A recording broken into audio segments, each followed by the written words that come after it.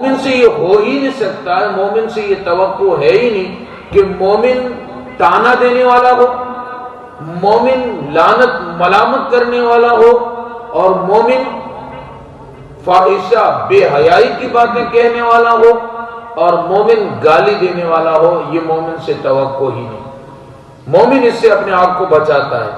حضرت ابو ہریرہ رضی اللہ تعالیٰ عنہ ارشاد فرماتے ہیں، رسول اللہ صلی اللہ علیہ وسلم نے ارشاد فرمایا، الکلمۃ الطیب صدقۃ، بہترین بات کرنا صدقہ ہے، اچھا بولنا، میٹھی بات بولنا صدقہ ہے۔ اور قرآن مقدس نے یہی حکم دیا، وقولوا للناس حسنا، انسانوں سے جب تم بات کرو بہترین انداز سے بات کرو، بہترین چہرے کو بھی بہتر بناؤ اور بہترین انداز سے تم انسانوں سے بات کرو۔